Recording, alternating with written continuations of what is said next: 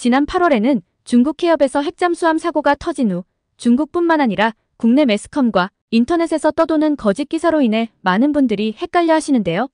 며칠 전 영국 비밀보고서에 따르면 중국 핵잠수함 사고는 대만 해협이 아니라 8월 21일 중국 서해해양 산둥성 옐로우 바다 인근에서 발생한 것으로 밝혀졌습니다. 이번에 침몰한 중국의 093 핵잠수함은 승조원 55명이 전원 사망하면서 사망자 중에는 중국 인민해방군 417 시용펑 함장도 포함된 것으로 알려졌는데요.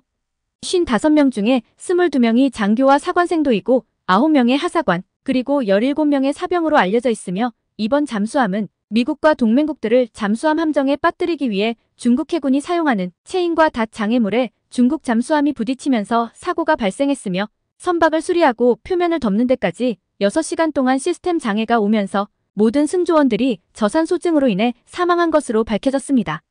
이로 인해 중국 정부는 이번 사건은 추측으로 인한 거짓 기사라고 밝혔고 대만 뉴스에서도 중국 정부는 국제사회에 대한 지원을 거부하며 주변 바다를 면밀히 관찰했지만 잠수함 관련 특별한 움직임은 찾을 수 없었다면서 핵잠수함 침몰 소식은 루머일 뿐이라고 반박했습니다.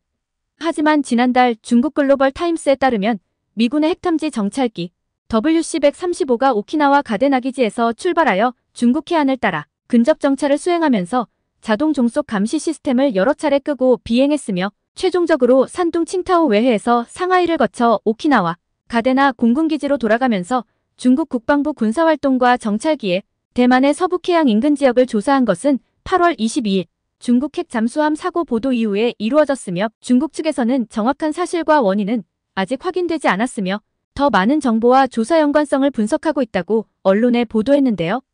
이번에 조사를 마친 WC-135 정찰기는 방사성 물질을 탐지하는 항공기로 중국은 핵잠수함 사고로 인해 방사능 누수를 우려한 조사로 보이며 서해 인근에서 방사능 유출이 얼마나 나올지는 지켜보면 알겠지만 이번 55명의 승조원들이 타고 있던 093 잠수함을 살펴보면 길이가 110m이며 배수량이 6,600톤, 최고 속도는 28노트로 시속 56km에 달합니다. 또한 6개의 어뢰 발사관과 수직 발사기 12기를 갖추고 있어 핵잠수함으로서는 손색이 없으며 2006년부터 운용되어 중국 해군의 주요 전력 중 하나로 여겨지고 있고 최대 100명의 승조원을 수용할 수 있고 6척이 중국 해협과 우리나라 동해해상 인근에 실전 배치되어 있는데요. 중국뿐만 아니라 러시아도 잠수함 강국으로 잘 알려져 있지만 그만큼 러시아도 잠수함 사고를 수없이 겪어왔습니다. 1960년대부터 20여 척의 잠수함이 해저로 가라앉은 사건이 발생하며 아직까지도 4척은 수습되지 못했으며 1989년에는 러시아 핵잠수함 몰레츠가 노르웨이 해저 1300m 아래로 침몰하면서 42명의 승조원이 사망하고 27명만이 구조되었습니다.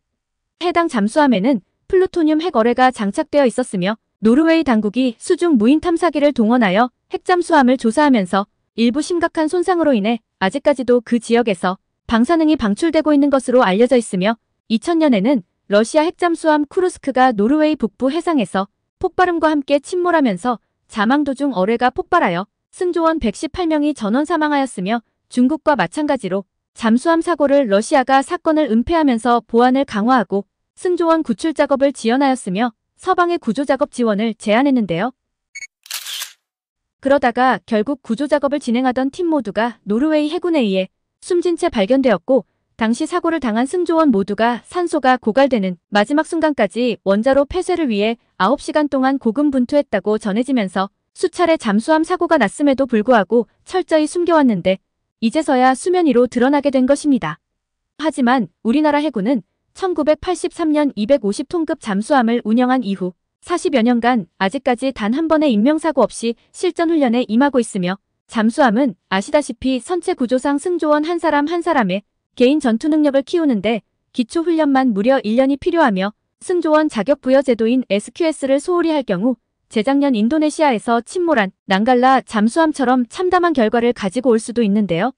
닌갈라 잠수함은 1981년 인도네시아가 독일에서 수입한 잠수함으로 내구도가 일반적으로 25년인데 내구연한을 유지하는 6년 주기의 창정비가 제대로 이루어지지 않았고 우리나라 대우조선이 9년 전인 2012년 성능 개량 작업을 해준 게 다였던 이 잠수함은 중국처럼 짝퉁 관리로 유명해 3년 동안 운항 한 번 하지 않던 상태에서 승선 정원 34명보다 2배나 많은 53명의 승조원을 태우고 838m 해저에서 훈련을 진행하다가 전원 생존하지 못한 것으로 밝혀졌는데요.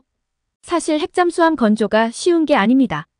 그럼에도 불구하고 이번에 우리나라는 미국의 공개 지원으로 선발되면서 일부 외신에 의해 계획 일부가 공개되어 미국이 곤욕을 치르고 있는데요.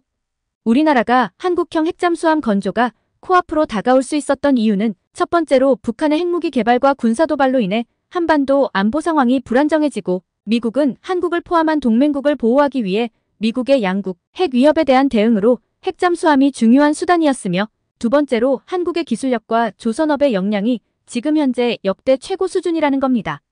우리는 세계 최고의 반도체 기술과 언제 어디서 지원 가능한 조선업체를 보유하고 있고 핵잠수함 건조에 필요한 기술 및 노하우를 가지고 있어 국제 정세에 영향을 주고 있으며 미국이 핵개발 견제로 20년이 넘는 세월 동안 건조할 수 없었던 핵잠수함을 이번에야말로 그 야망을 드러내 보이면서 환태평양 림팩 훈련을 대대적으로 실시하였는데요.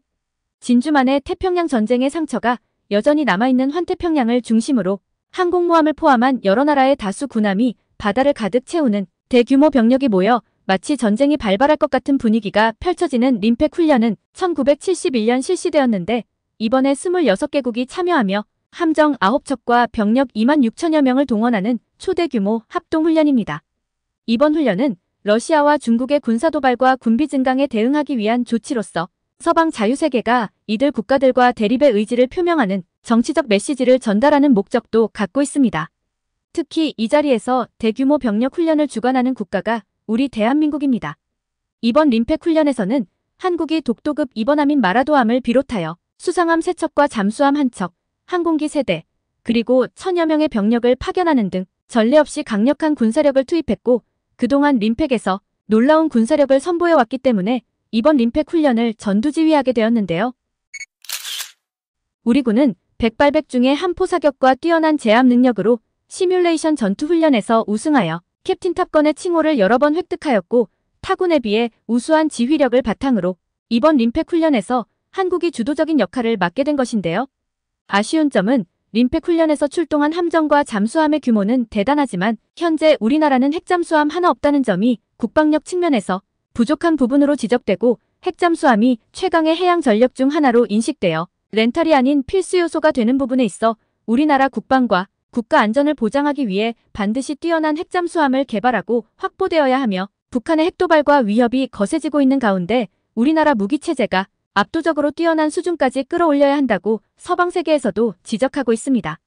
최근 북한은 이례적으로 동해상으로 ICBM 미사일과 SLBM 미사일을 연이어 시험 발사하면서 군사 전문가들은 이러한 미사일들은 한국은 마냥 지켜볼 일이 아니라 2021년 1월 북한이 핵잠수함 도입을 공식 발표하며 설계를 마치고 이미 생산 단계에 돌입해 경각심을 가지고 북한이 한국보다 전략 무기로서의 기술적 우위를 잃게 될 가능성이 상당히 높다고 우려하였습니다.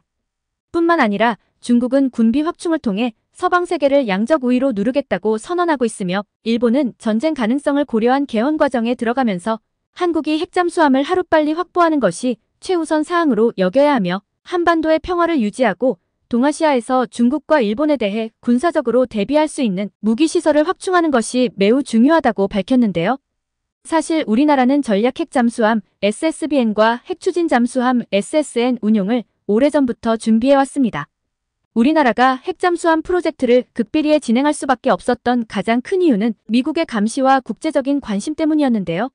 핵 프로젝트가 미국과의 동맹관계나 국제적인 안보 협력에 영향을 미칠 가능성이 높기 때문에 이를 비밀리에 진행했고 1994년에는 북한이 국제원자력기구와의 협정을 탈퇴하고 핵무기 개발을 시도한 뒤 북한의 핵위기가 심각해지는 시기였기 때문에 우리는 이에 대응하여 핵잠수함의 필요성을 점점 더 인식하게 되었고 핵 프로젝트를 준비하게 된 것이죠. 그 당시 우리나라는 러시아의 대표적인 원자로 제작사 OKBM과 접촉해 핵잠수함 도면을 입수하여 잠수함 탑재용 원자로를 먼저 설계하였으며 우리나라가 북한과 핵전쟁이 발생하면 세계 3차 대전이 일어날 가능성이 다분했기 때문에 미국은 한국의 핵잠수함 사업을 주시하고 있었고 우리나라가 70년대에 핵을 몰래 개발하다가 들킨 적이 있어서 미국의 핵 관련 감시가 굉장히 엄격하게 이루어지고 있었습니다. 하지만 우리는 핵잠수함 개발과 연구를 계속해서 진행해왔고 미국은 한국이 개발하는 프로젝트의 비밀을 파헤친 후 핵 관련 기술의 노출을 우려하여 우리나라와 동맹 사업에 제동을 걸었던 것이죠. 미국은 주한미군 철수와 경제 제재를 언급하여 한국을 압박하였고, 한국은 결국 일부 프로젝트를 중단하고 물러설 수밖에 없었습니다. 이렇게 개발 완료 직전까지 갔던 핵잠수함 프로젝트는 결국 무산되었는데요. 그러다 20년 뒤 우리나라는 소형 원자로인 SMR 기술을 개발하고 소유할 수 있는 기반을 구축하고 핵잠수함 프로젝트와는 직접적으로 관련은 없지만 한국이 원자력 분야에서 노하우를 쌓는데 큰 도움이 되었으며, 최근 동맹국들 간 오커스를 형성하여 미국, 영국, 호주 등 세계 국가가 군사 동맹을 강화하고 호주에게는 핵잠수함 기술을 제공하면서 우리나라도 잠수함 건조를 위해 관련 기술 개발에 대한 미국의 태도가 변화하고 있음을 알 수 있습니다.